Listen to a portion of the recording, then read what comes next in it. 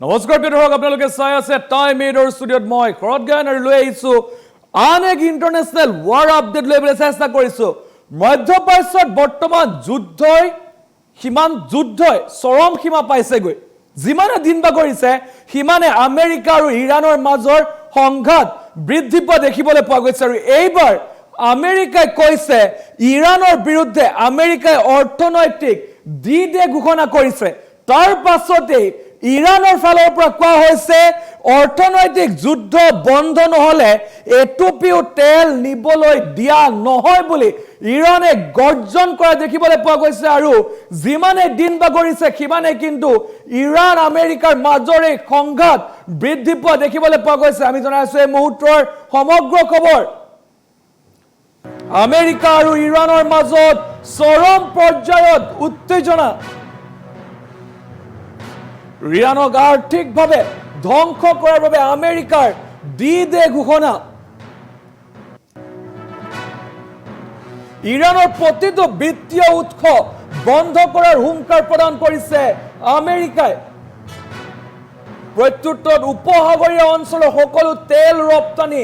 বন্ধ কৰাৰ সকিয়নি প্ৰদান কৰিছে ইৰাণৰ তৰফৰ পৰা আৰু আমেৰিকাৰ অৰ্থনৈতিক যুদ্ধ বন্ধ নহলে এটুপিও তেল ৰপ্তানি হবলৈ দিয়া নহব বুলি মন্তব্য প্ৰদান কৰিছে ইৰাণৰ তৰফৰ পৰা আৰু আমেৰিকাৰ অৱৰোধক সমৰ্থন কৰা দেশসমূহৰ বিৰুদ্ধে যুদ্ধৰ ঘোষণা কৰিছে ইৰাণে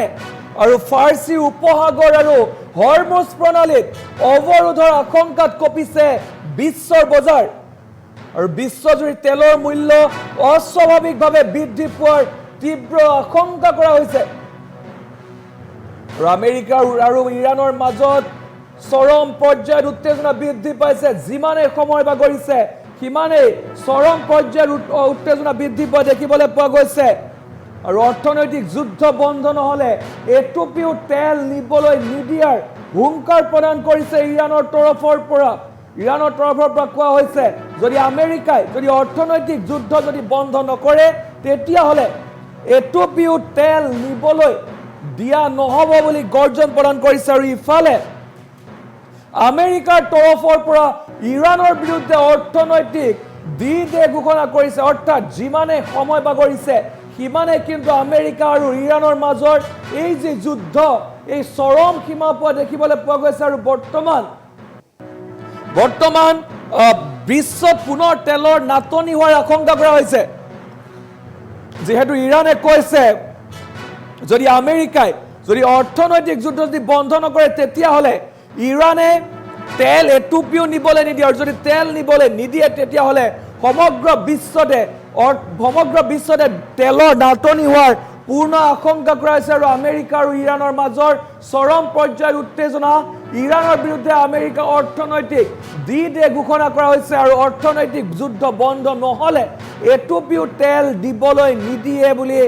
মন্তব্য কৰিছে ইৰাণৰ তৰফৰ পৰা গৰ্জন কৰিছে জনাইছো এই মুহূৰ্তৰ এই খবৰ আমি জনাবলৈ চেষ্টা কৰিছো আৰু আমেৰিকা আৰু ইৰাণৰ মাজৰ যুদ্ধ চৰম পৰ্যায় পোৱা দেখিবলৈ পোৱা গৈছে ইৰাণক আৰ্থিকভাৱে ধ্বংস কৰাৰ ষড়যন্ত্ৰ ৰচা দেখিবলৈ পোৱা গৈছে আমেৰিকাক আৰু আমেৰিকাই অৰ্থনৈতিক ডি-ডে ঘোষণা কৰাৰ পিছতে এতিয়া ইৰাণে এক প্ৰকাৰ হুংকাৰ প্ৰদান কৰিছে যদি এই যে অৰ্থনৈতিক যুদ্ধ বন্ধ নহয় তেতিয়াহলে এটুপিও তেল নিবলৈ দিয়া নহব বুলি হুংকাৰ প্ৰদান কৰিছে আৰু ফাৰ্চী উপসাগৰ হৰমুজ প্ৰণালীৰ অৱৰোধৰ আশংকাত কঁপিছে এতিয়া বিশ্বৰ বজাৰ আৰু দেশসমূহৰ বিৰুদ্ধে যুদ্ধৰ ঘোষণা কৰিব অৰ্থাৎ যিসকলে আমেৰিকাৰ অৱৰোধক সমৰ্থন কৰিব সেইসমূহ দেশৰ বিৰুদ্ধে যুদ্ধ ঘোষণা কৰিব ইৰাণে এই মুহূৰ্তৰ ডাঙৰ খবৰ আমি জনাবলৈ চেষ্টা কৰিছো এক ভয়ংকৰ খবৰ এক ইণ্টাৰনেশ্যনেল ৱাৰ আপডেট আমি দিবলৈ চেষ্টা কৰিছো এক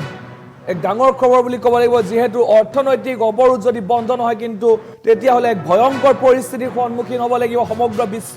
ইতিমধ্যে ইৰাণে বিশ্বৰ যিসমূহে আমেৰিকাক অৱৰোধ কৰিছে সেইসমূহৰ বিৰুদ্ধে আমেৰিকাৰ অৱৰোধক যিসকলে সমৰ্থন কৰিছে সেইসমূহ বিৰুদ্ধে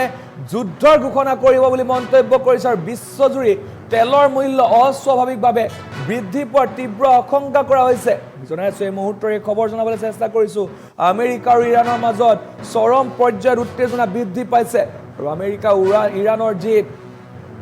আমেৰিকা ইৰাণৰ মাজৰ যি যুদ্ধ সেই যিমানে সময় বাগৰিছে সিমানে যথেষ্ট বেছি হোৱা দেখিবলৈ পোৱা গৈছে আৰু তাৰ মাজত এই খবৰ আহি পৰিছে ইৰাণৰ প্ৰতিটো বিত্তীয় উৎস বন্ধ কৰাৰ হুংকাৰ প্ৰদান কৰিছিলে আমেৰিকাই আৰু তাৰ পাছতে এতিয়া আমেৰিকাক উভতি ধৰিছে ইৰাণে অৰ্থনৈতিক যুদ্ধ বন্ধ নহ'লে এটুপিও তেল নিবলৈ নিদিয়ে বুলি হুংকাৰ প্ৰদান কৰিছে ইৰাণৰ তৰফৰ পৰা আৰু সমান্তৰালকৈ যিসকলে আমেৰিকাৰ এই অৱৰোধক ছাপোৰ্ট কৰিছে বা আমেৰিকাৰ এই অৱৰোধক সহায় কৰিছে বা ছাপোৰ্ট কৰিছে সেই সকলৰ বিৰুদ্ধেও যুদ্ধ ঘোষণা কৰিব ইৰাণে